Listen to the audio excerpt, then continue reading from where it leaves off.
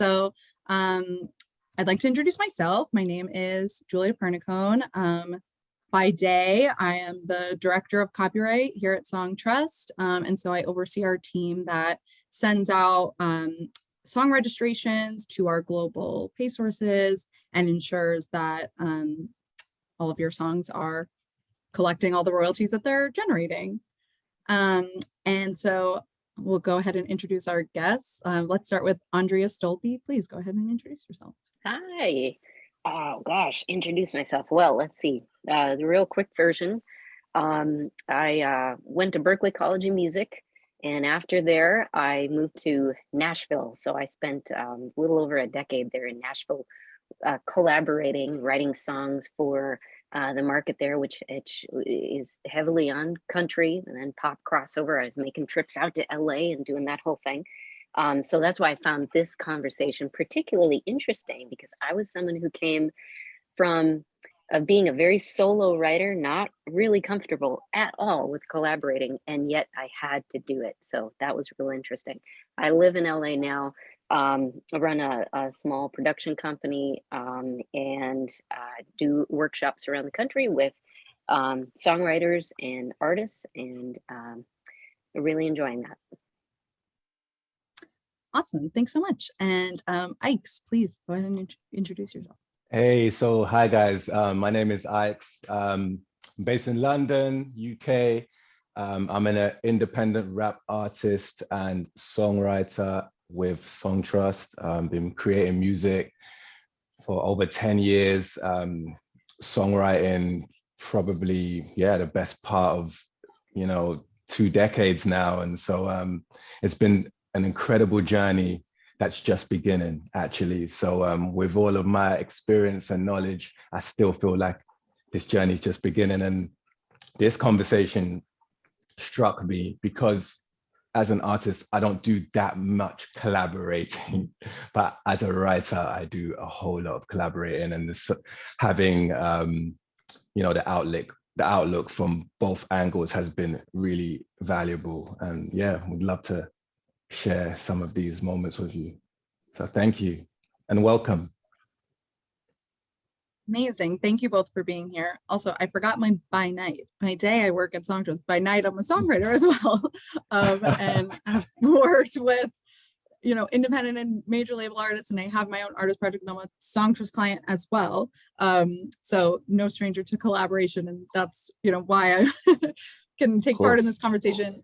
We will mostly be hearing from our guests, but I did want to mention that as well. So before we jump in, this is our agenda of what we'll be going over today. And our hope is that by the end of the webinar, you feel more empowered and confident going into your next writing session, hopefully with some new people or people for the first time.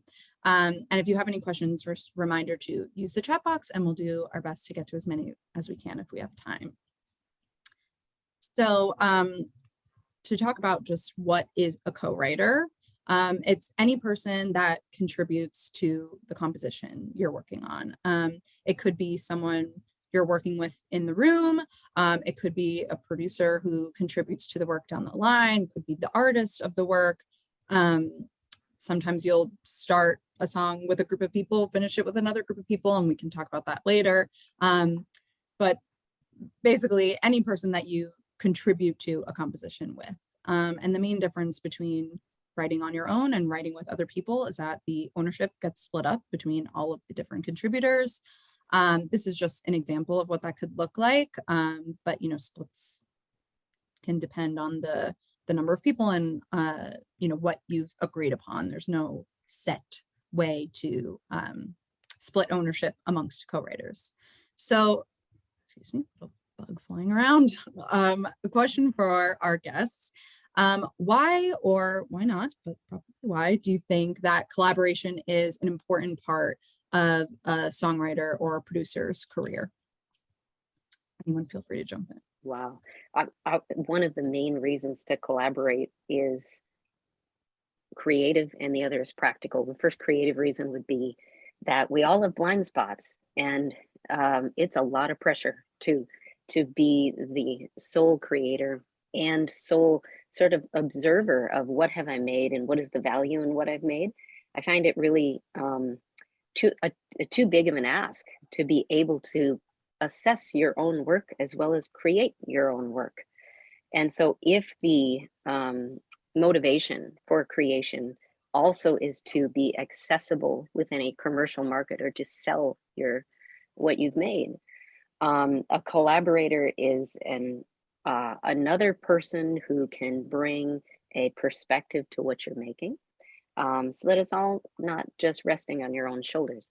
Collaborators also make things go faster, right? We're just faster. And when we're faster, we can maintain an objectivity a lot more. On the practical side, though, I feel that collaboration has been my main function of networking. So I can get to know people, and then their network kind of slowly becomes my network. So it's been a really nice way of doing that in a networking in an authentic way. Yeah. Awesome. For me, now I'm gonna be bouncing around one concept, and I think with each of the questions on the agenda, I'm gonna be coming back to this concept. So the difference when you have an artist and a songwriter, you're in it for two different reasons. And as a songwriter, you have to think the same way a publisher thinks. And that's to do with, just picture a monopoly board. Everything is about real estate. Everything is about acquiring rights and as much of it as possible. And so the reason why collaborating is so important, because the more people you work with, the more you have. So for me, collaborating is just about grabbing a piece of every little thing you can get, and you can't do that alone. You know, the more people you work with, it's just like getting numbers on the board, and you just want a piece of everything. And once I understood that, I wanted to collaborate more. Now, artistically, other people make you better. And that's an extension of what Andrea just said. Other people make you better. You will learn so much from different producers, different writers. Your process becomes better and faster, more efficient. Yeah, and that's it. Again, networking again goes back to what I was saying with real estate. The more people you know, the more people want to work with you, the more you can acquire.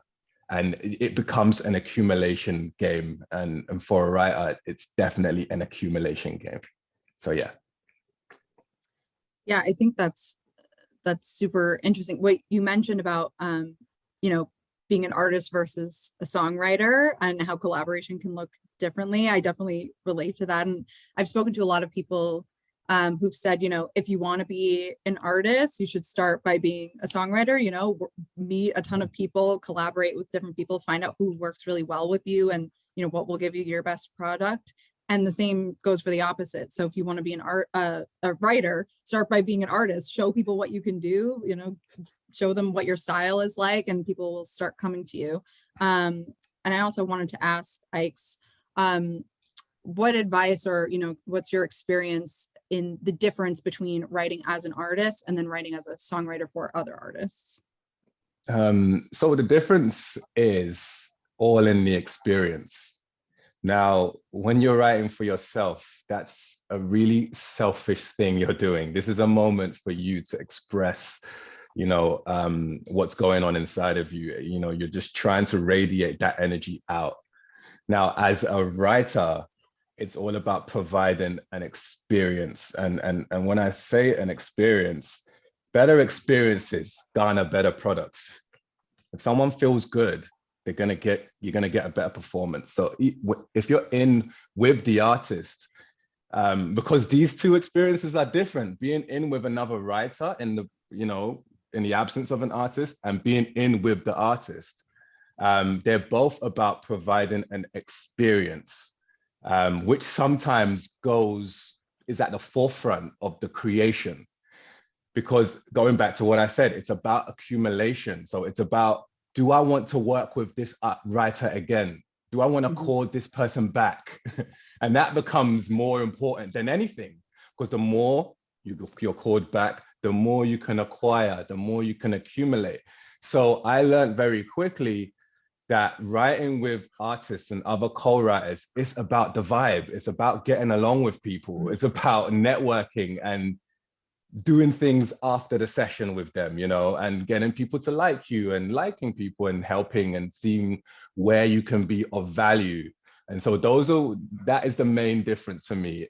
As a writer, I'm trying to provide an experience.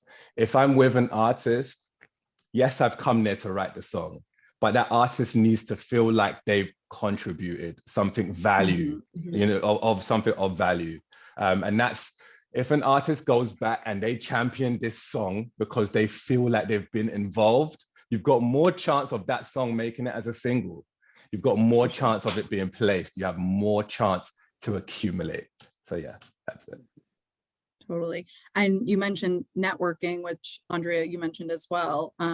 Andrea, I'd love to know what advice you have for finding collaborators to work with.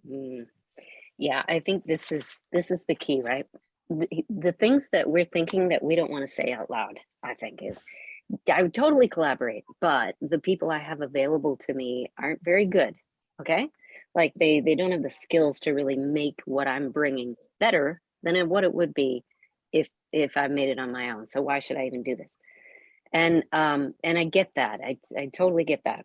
I think one of the things that is helpful when you're looking for people to collaborate is to start figuring out, well, what do I need?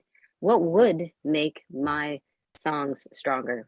And so that requires, getting real about your craft and your sound, what you have available to you, which I think is part of the collaborative process at times, and performing and just getting your music out there. And so steps to finding collaborators would also include putting yourself in positions where you're around other musicians who are very prolific, or frankly, maybe more adept at their instrument, people who are playing a lot, and a lot of us, I think we say, okay, I'll go to open mics. Okay. Or go to shows in your local community and get involved in the music scene, at least that's around you. And that also includes instructors, guitar instructors, vocal instructors, people in your local colleges or universities or community colleges that or arts high schools, who are who've really invested a lot of hours into making music. And so I think thinking outside of the box and saying, you know what, I believe in my craft, I believe in what I'm making, but honestly, if I don't know where some of my blind spots are, then I'm not pushing myself up against reality enough. And I really need to then go search for people who can quite honestly express what elements to bring in that would make my work better. So even looking to some vocalists who are really capture a sound that you would like as part of your sound. And just because they're vocalists, and maybe they haven't written very much, but what a great start to say, you know what, your sound, your sensitivity towards singing words to music is something that I don't bring.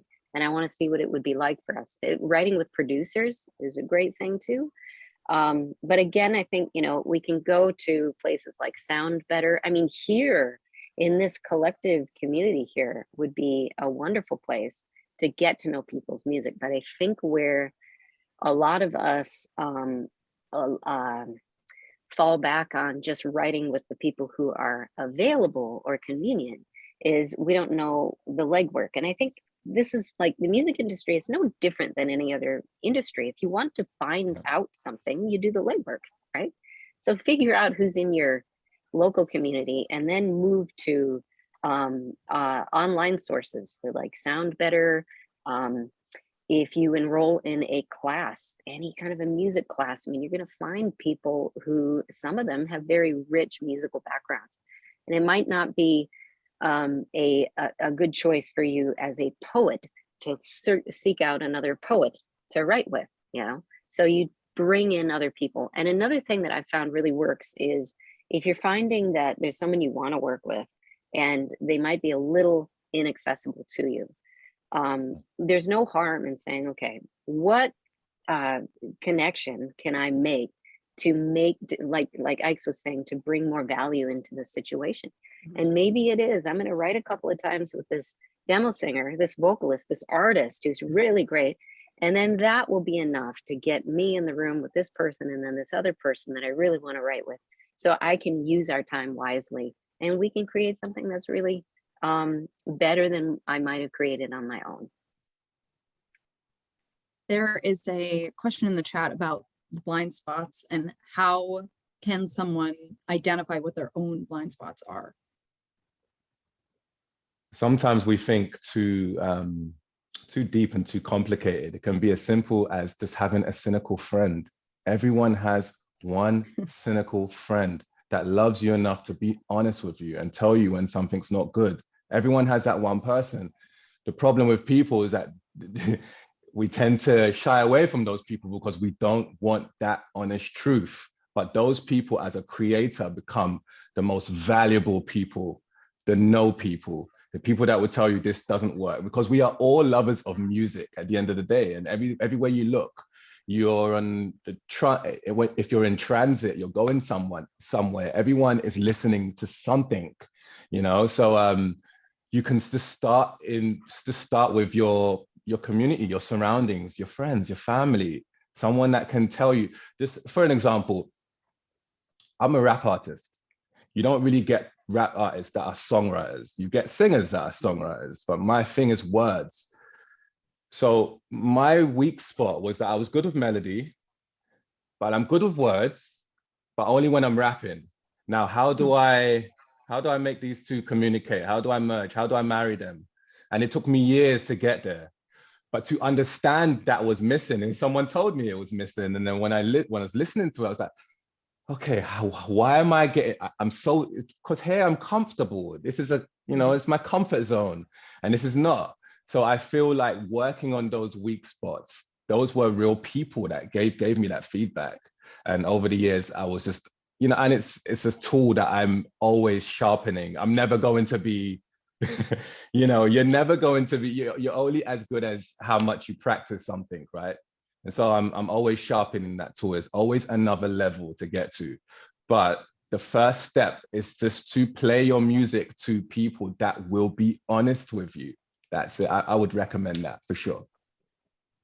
Yeah, definitely. And I love think what you said. Yeah, please. Great. No, it's great. And Thank you. And mine is groove. I could sit down and write like 100 ballads in the next 100 days on piano, and they would all sound the same. And the thing is, you can also look at your process. Whatever you start with in terms of writing, when you sit down to write a song, we generally always start with our strength. That's the part that comes out easy. That's the part that says, I feel control. I know this is good. And I would notice that I would start with words and melody and some chords, but never chords with a sensibility of groove. How am I expressing this? What? And so it would be kind of ill-defined. And I would always find myself in that same position of, it's a nice song, but it's kind of boring, kind of vanilla, kind of, and the words would be working really hard and the melody would be rangy and working so hard because there's nothing going on here. And so that's what I had to look at and just sit with that feedback for a while. And you know these things too. Where you're like, I'm boring my listener right now. All my songs sound the same right now. Think about what you start with, and then don't start that way. So I don't start a song. I rarely start songs now where I don't have a really hot groove that I'm into, because I'm going to be left in the same space that I always am if I don't.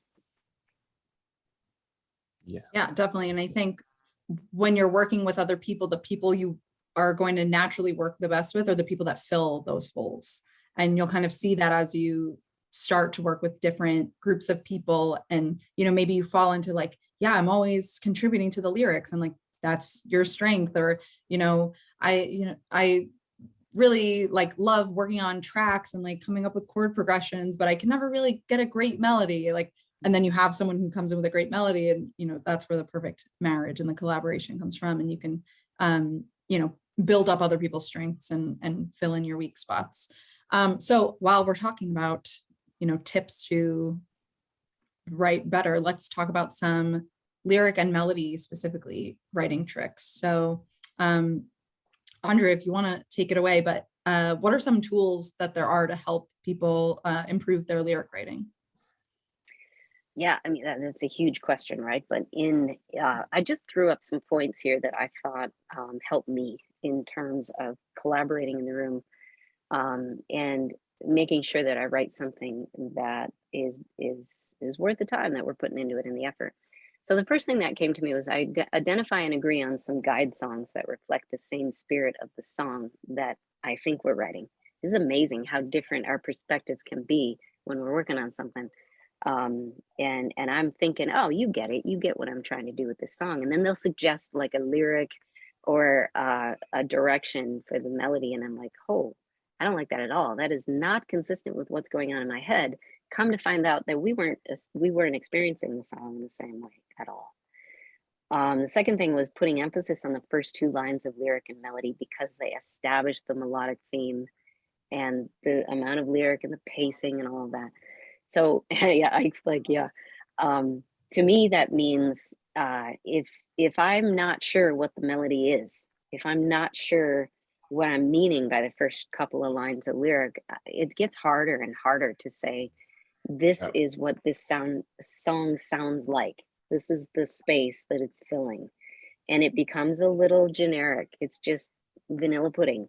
And I'm like, it might be nice. We might like it, but it's not going to be a distinct song to us. So that's another thing.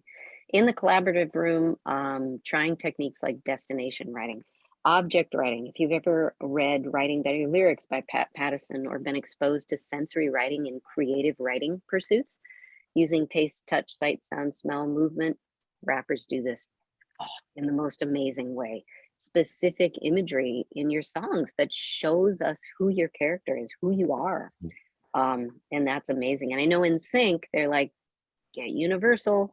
And then they also tell you, don't try to write for sync, just naturally do it, right? Because when you try, then it becomes this bland, again, experience. So object writing, and sometimes object writing apart from your collaborative partner and just saying, you know what, I need 10 minutes just to go into my head and write what I'm feeling and thinking and seeing about this. There's nothing wrong with that, to say, I just need some space. And that's me. And I write with a lot of extroverted people who are, you know, ideas are just flying around the room. And it becomes overwhelming to me. And I realize, like, all right, I don't know if I need to be someone else in the room right now, but I can't fix that. I can't change how this is feeling to me. So I'm going to ask for that time. I'm going to take a walk, you know, and it's all good. No one has ever said that's totally inappropriate. We can't ever write again. Because in the end, if I come back and I bring something that's useful to all of us and we're like, yes, that's what we were looking for. I'm so glad you suggested that. Then it's all good. You know, like, I'm sorry, I don't want to take no, no, no, that's totally fine. There's so many things that you said there that as a creator and as a creative, things I do automatically without even knowing I'm doing it. So I was just agreeing with you. Thank you for that. Okay, cool. Yeah, I can't tell you how many times someone has got up to go to the bathroom in a session and come back and been like, I got it. Yes, that's me. That's thing me. we've been struggling with. Yeah, that's me. It's actually something I like about doing the virtual sessions, is that everyone can mute themselves and kind of figure some things out. It depends, you know, if you're the type of person that likes to kind of go inward, or if you like to just sing all of your ideas out loud. But especially when people have different working styles, it's nice to be able to have your own space to just do whatever you need to do to get the best ideas. Right. Actually, I just saw a question in the chat about groove. What does groove mean? You want to take that, Ike? Yeah, for me, groove is about the vibe, feeling. And everything for me, when it comes to music, is about feeling. Feeling is the most important thing. It's what allows us to connect. It's what allows us to translate. That's why music is an international language, because it's in the feeling, in the soul of the music, in the groove of the music. That's what makes something successful or unsuccessful. Because a feeling is something you know in 5 seconds. You don't need to think about your feeling. You know, your heart does all that work for you. And so when it comes to songwriting, and it, you know, if you're looking for any tools, you just need to create an environment that allows you to feel. And that's different for everyone. And there's no right or wrong answer. I like Google Docs or any kind of docs, anything that you can open and everyone can contribute at the same time, because that way you're putting down your thoughts and feelings, and so is your collaborator, and they might do something or write something that trigger something in your heart or in your brain, and then now you have a wicked idea that you both agree on, and that can kickstart something amazing, right? So yeah, I really like that process. But yeah, it's all in the feeling for me. Totally. And that brings up the thought of not all songwriters, in fact, many songwriters aren't great players, but you might write a fabulous song. So in the collaborative room, I know I'm getting over it, sort of inequities that I have with, okay, it's not going to sound like this, but here's what I've got. You know, this is an intimation of what it's supposed to be. And so I'm also having to do that with songwriters that I work with. You know, we mean this to be a Miranda Lambert song, but neither of us are sounding anything like Miranda Lambert right now. We're just intimating. So there's a part of it where you have to kind of get over the sense that what I'm hearing out of my voice and my instrument is not the end result. And there's a leap of faith that has to happen there many times with groove. Yeah, I think that's really important point too, being proficient on an instrument. And I don't think that you need to be necessarily to be a good songwriter, but that is definitely like a detriment in groove writing. You know, if you're just kind of a basic beginner guitar player, I feel like a strumming pattern is like the greatest demonstration of just groove in like a technical sense.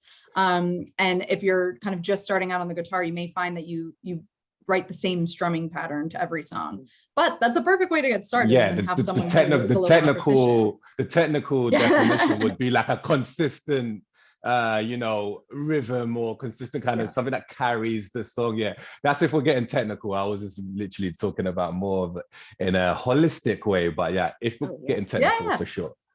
Well, no, that's why we have you here. we want you to contribute all of the, you know, your creative brain.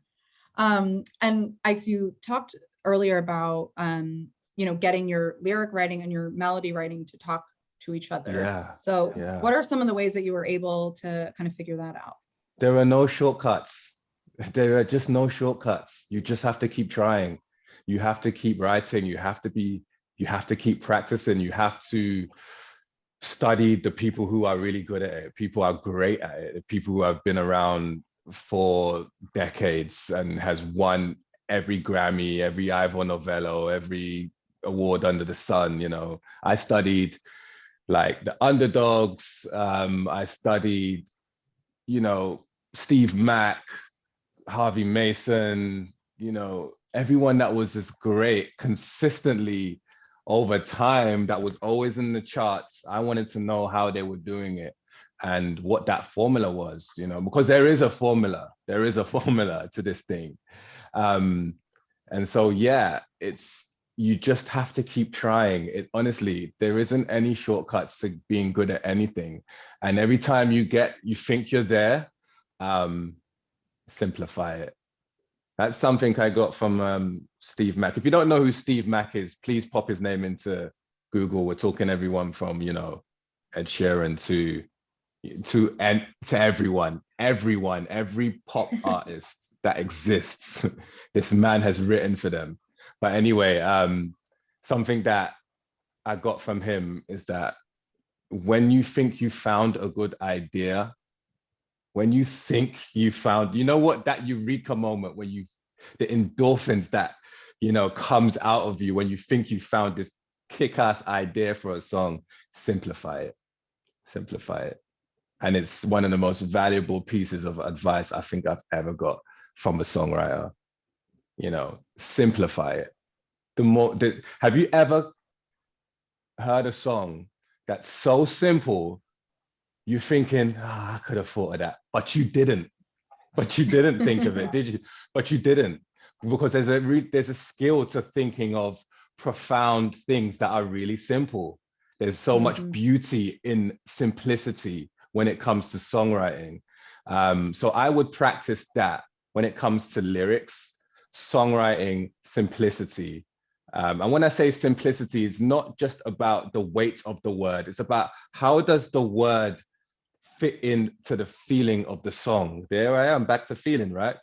You need to understand there's just certain words that sing better than others. It's like a puzzle. You're trying to put the right place in the right piece in the right place to make this one big, beautiful story.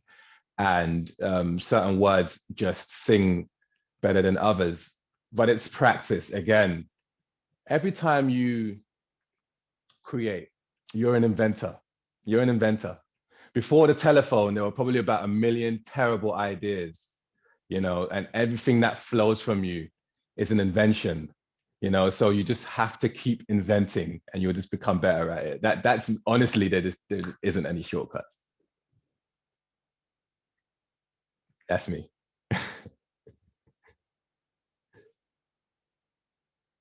You guys and Andrea, you spoke about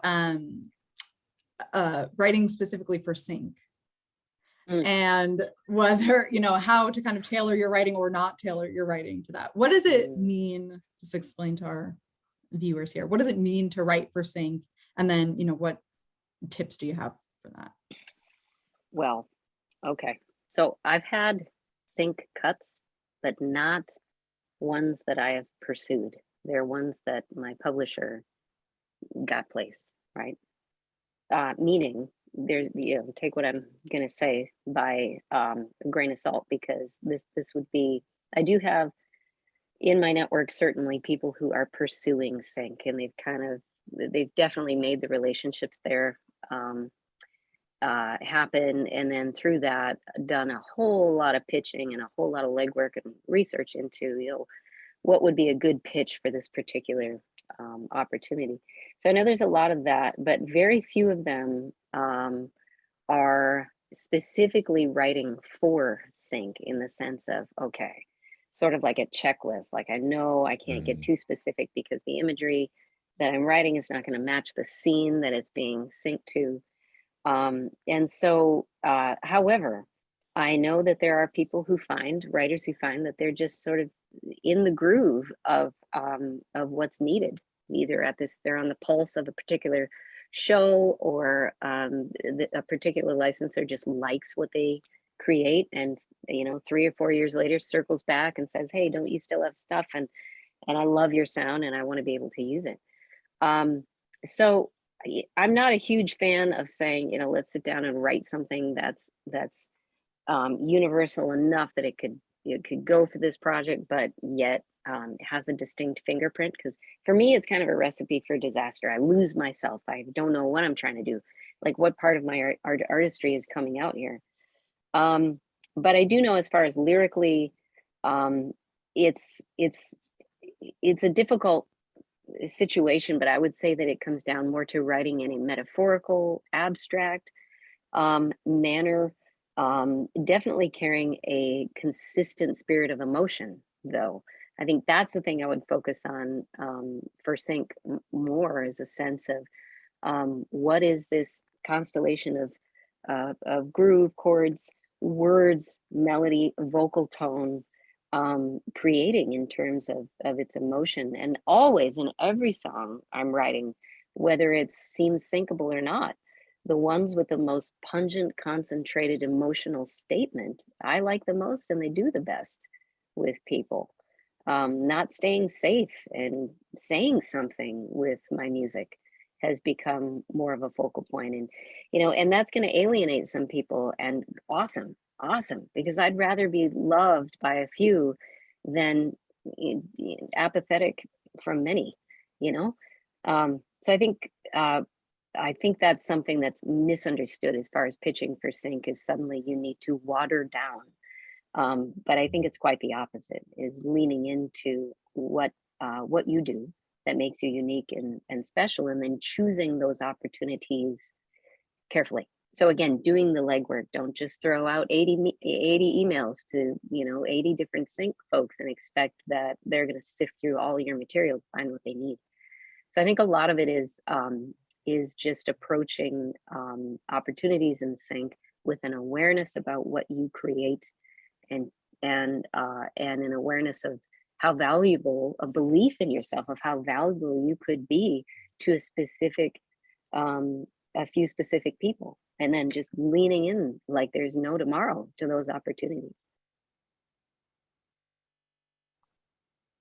I see some comments in the chat about keeping things simple, but worrying that it's going to be too basic or boring. I think this is relevant to the sync conversation and also just writing in general. I have a great example of this. Umbrella by Rihanna. You can stand under my umbrella. Very simple statement, very easy image.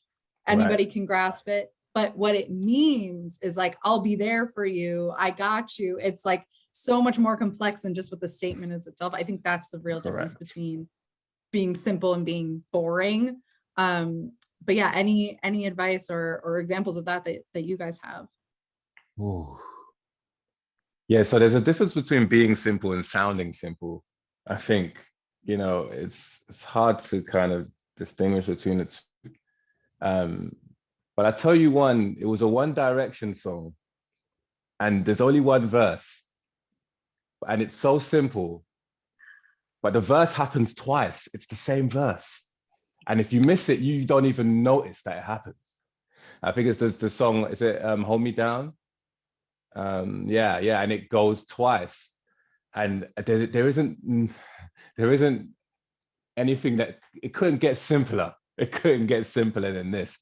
But yeah, it's those things there. I like what you said metaphorically as well, just coming up with a really simple idea that means so much more.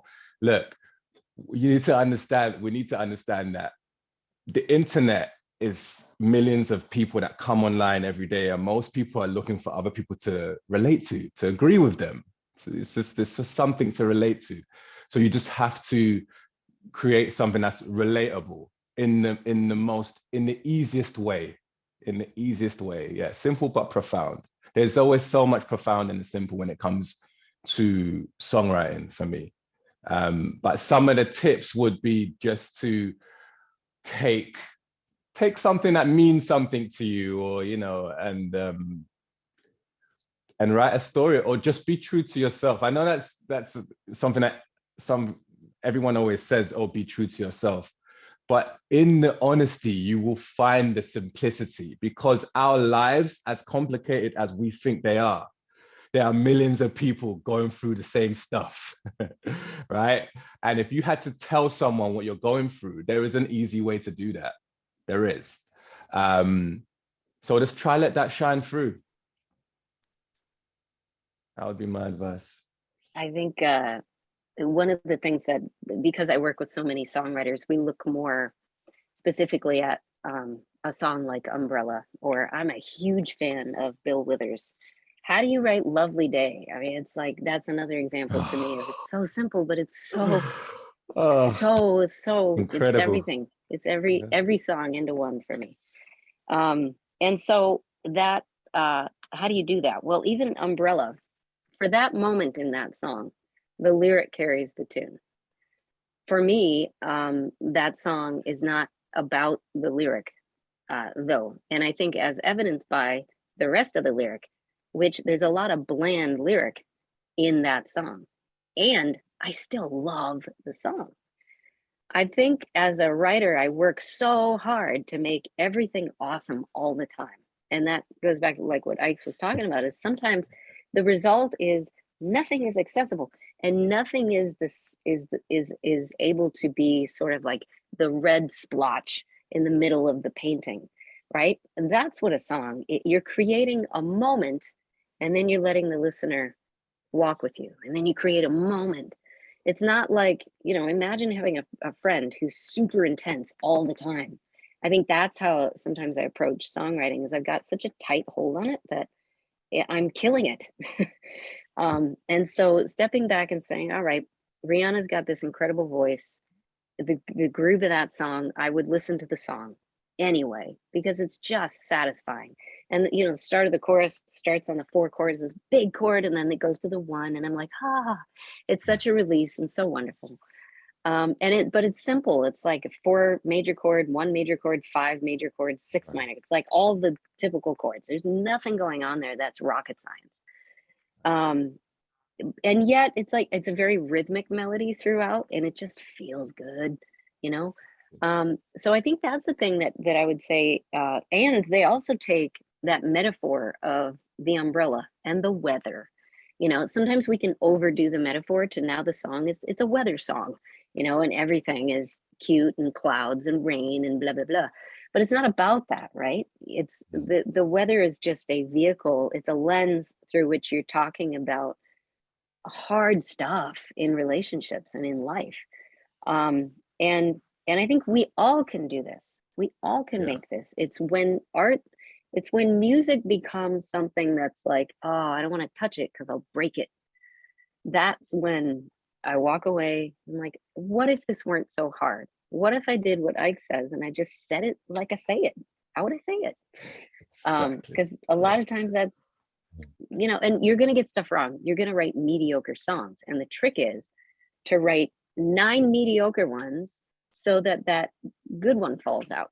And I think that's another thing that we tend to think that songwriters or musicians are just born with it. And so you do it for a couple of years and you're like, man, I'm not that good. But then, that's when the fun and the work starts. When you realize that you're not God's gift to making music, and then you realize, but there's something over here that's just, it's magical to me. How do I get there? And then we start to do the work, and it becomes really fulfilling. And you do get better. You develop a skill and a sensibility about your taste. You have good taste, right? Like Ira Glass says, you have good taste, but you're not good at expressing it yet.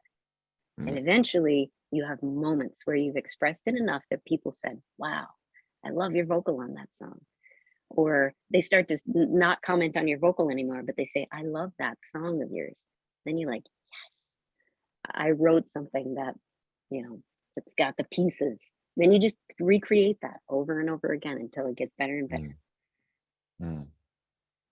For sure. And just to add on to that, if this is of any value to anyone here, a concept that I have is when approaching music in general, or music period, is my voice is just an instrument. Anything that I'm coming to add to this song is just a channel.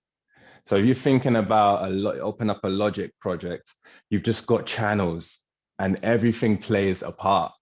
So what I'm coming to write is just another instrument. So for me, in my head, how do I help the rest of the song? How do I get the listener to the end of the song? That's what I'm thinking. I'm like, okay, I need to help the song, not hurt the song. So what does the song feel like? What is the song trying to say? And how can I help it? How can I help? How can I add value? And that's when I've got my songwriter hat on, that's exactly what I'm thinking. How can I help to this song say something? And as long as I approach it that way, I will know really quickly if I'm going down the wrong path, because it's a way of kind of correcting yourself, because, well, no, I'm not helping here. This doesn't quite feel right. That every great song just feels like it just came out of a machine somewhere. Why? That's because the lyrics are marrying the sound, which marries the groove, the feeling. Everything is just all working. Everything has its place. There is a reason for that, because everything is just helping one another. That's some amazing producers. That's why they will only, for the first stage of building a record, they will just have a skeleton and they'll flesh it out later. And the reason why they do that is that they're fleshing it out by adding things that help the rest of everything else that's going on. So as a writer, I'm coming in and I'm thinking, okay, how do I help this song? How do I help it say something in the most simplest way? Awesome. So again, sorry about technical difficulties. We're all good. Okay. Let's move on and talk about collaboration and advice that we have for people looking to collaborate, maybe for the first time. So number one is communication. Make sure to communicate, even over communicate what you need, what you want out of the session.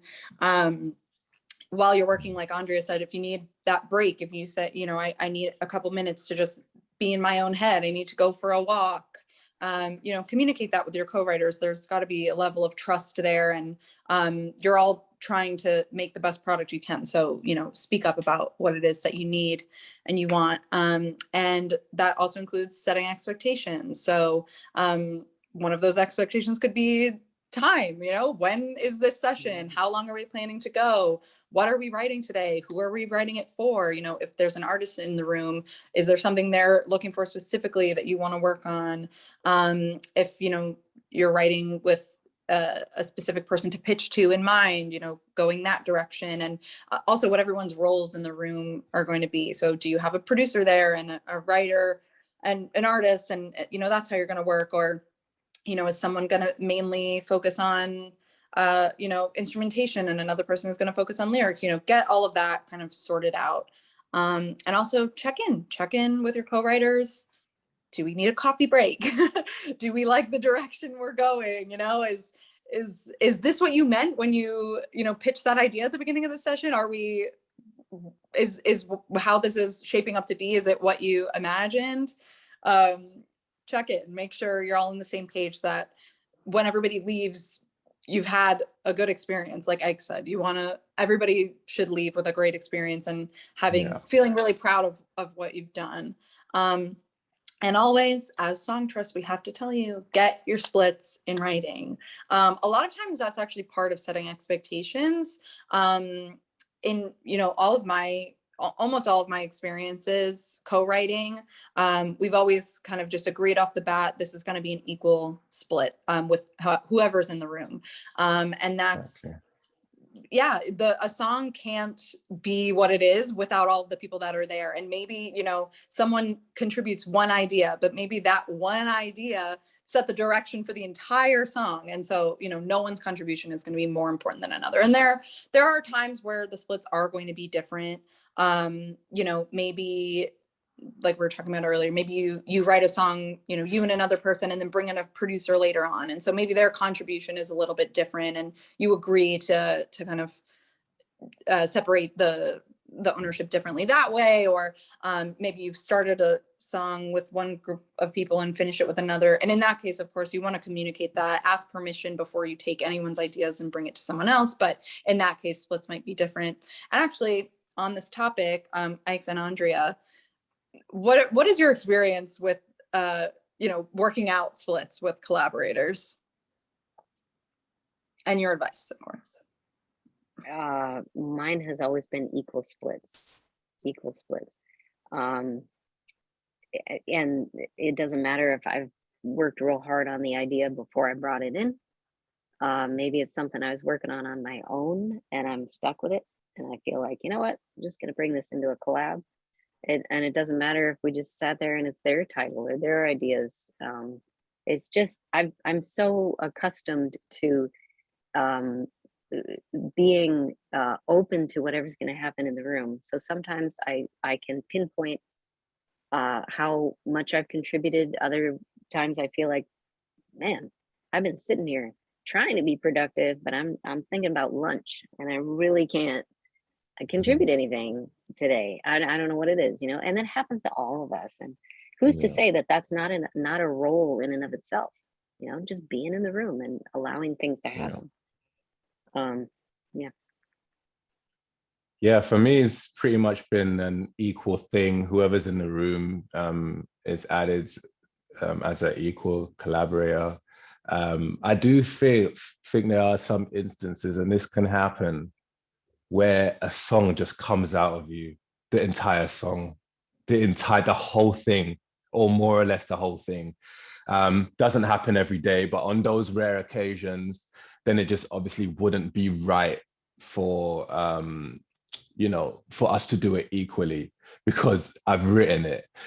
However, that's not something I'm ever hung up on, because if I'm going to write with anyone, I'm going in there understanding that I'm a team player here, and what's important is that the song is amazing, not how much of it I have. Because remember, it's about accumulation. We are playing Monopoly here. We just want to accumulate as many songs, as many publishing rights and credits as possible, right? And we want for this person to work with us again. And maybe, you never know, they could be in another room and they would be like, you know who would be great for this next time? Ike's. Yeah, I had a great experience with him last time.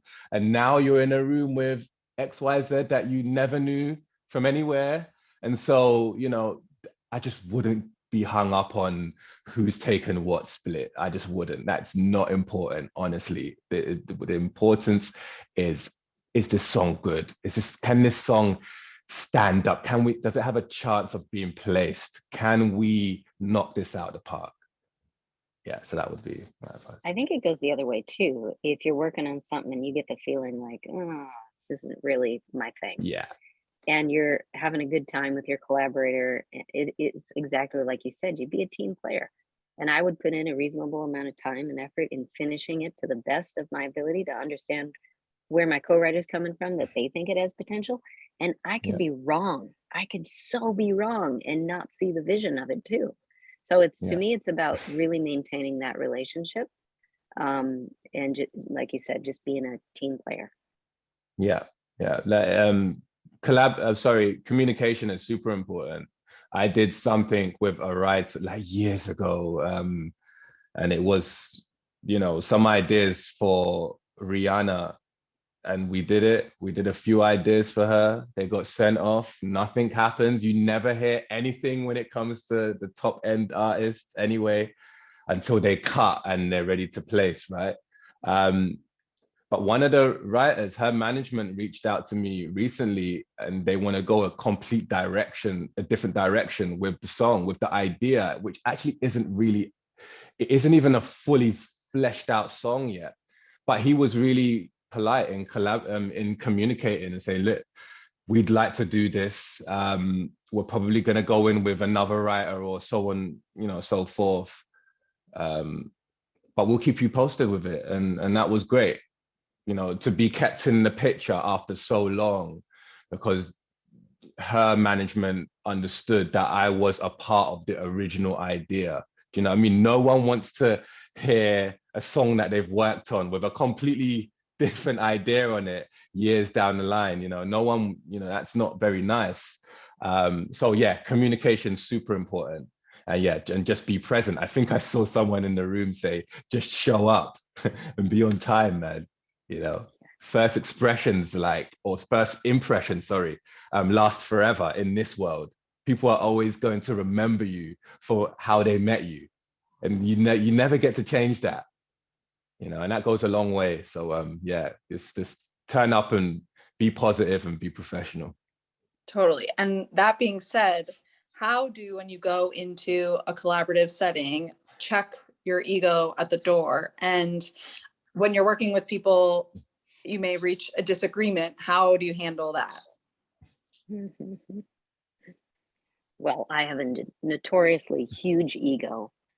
And when I walk into a collaborative session, I honestly deal with more of the other, where I'm feeling pretty insecure because I want so badly to be able to contribute that day. And I always think the last song I write is the last song I will ever be able to finish, right? Total artist like feeling. And so, you know, for me, some of it on my end is more about getting pumped up to carry some energy in the room, and not making my collaborators always just carry that energy. And I do that through sometimes very practically saying, okay, I have this co-write tomorrow. What am I going to bring in? And I go through, I'm constantly writing, which is constantly preparing for any situation that would come up. So that's what I do long before anything is scheduled. And so then through that, I'll pick a few ideas, work on a couple of things. when I first started writing in Nashville, I had no idea how to co-write, and I thought there's no way I'm going to feel connected to the flow in the room. So I would write nearly the entire song and then get into the room and be like, this is what I got. Here's like a part of a chorus. And then if it stalled, I'd be like, well, how about this? And I'd play like the rest of what I had imagined might happen. And it was just my way of saying, you know, here's my goal. Here's how I know I function in the room, and it's all good. What can I do to make a situation in which I'm comfortable and I can contribute? So that worked for a while, but I always go in pretty prepared.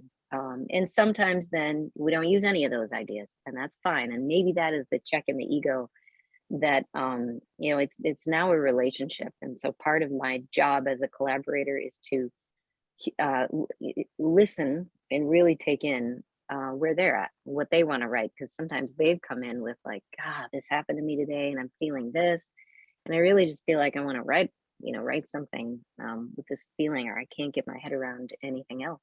So then we go with it, you know.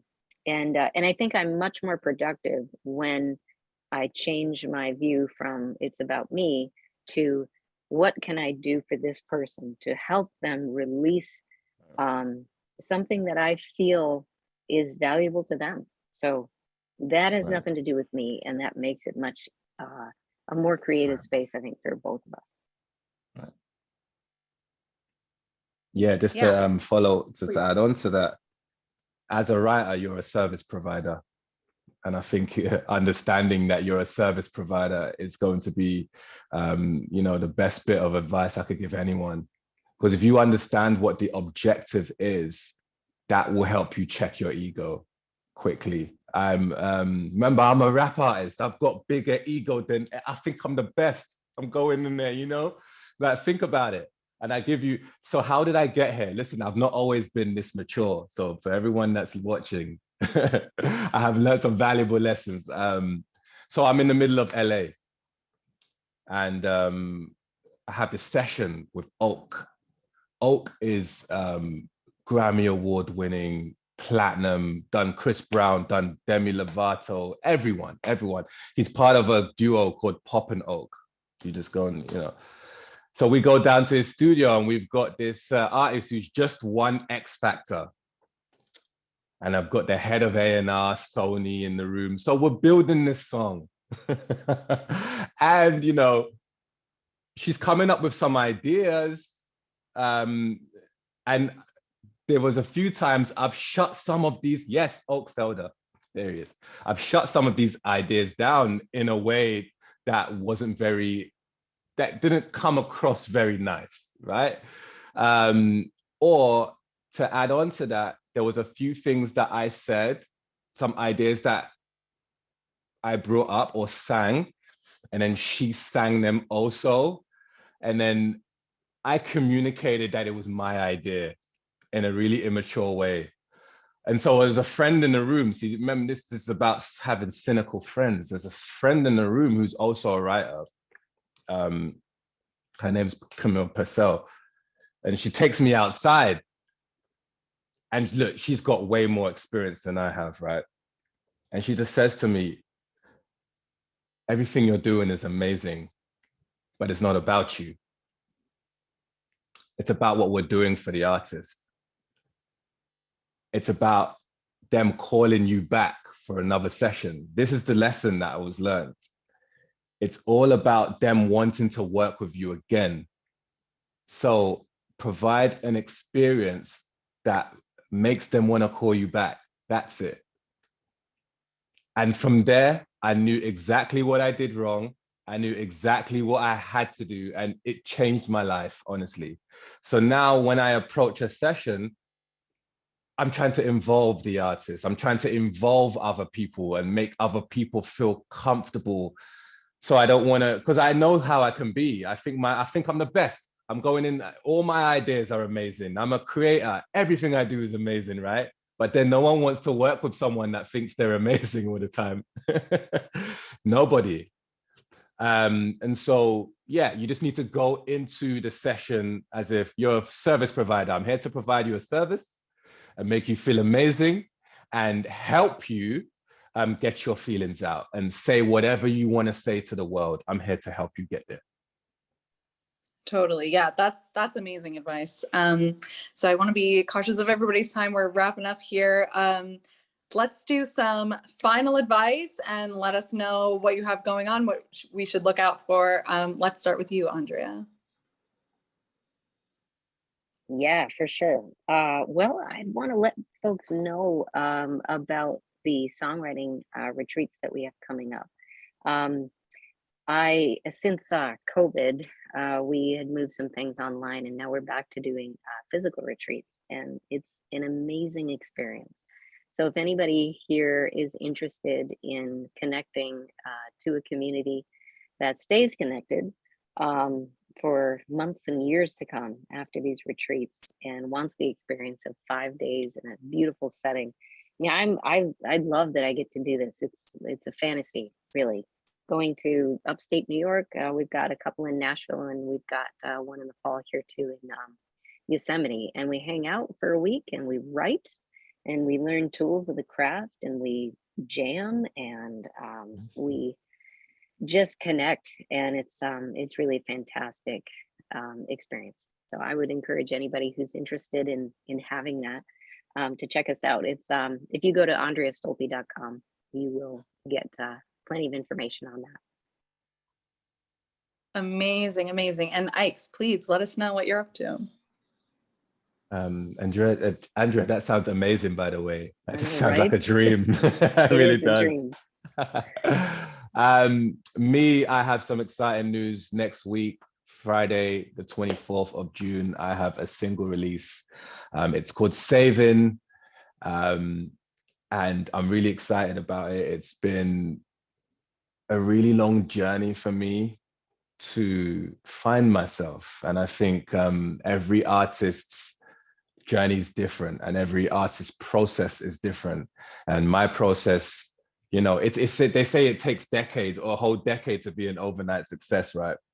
And this record is just about, it's about me harboring energy, and it's an energy release of everything that I've been going through the last 4 years. It's a really naked record, you know. There's been a lot of darkness, a lot of loss on my journey, and a lot of learning and a lot of growth. And yeah, I wanted to get it out just before the summer because it's quite heart-wrenching, a little bit dark, and so yeah, I wanted to get it out before the summer came. But I'm so excited for it because it's the energy release that I needed to move forward onto my next project. You know, it just didn't feel, even though I created this song probably about, I think 2018 or 2019, and that might feel old for some, but on an artist's journey, sometimes we just create something and we just don't give it to the world. We've still expressed it,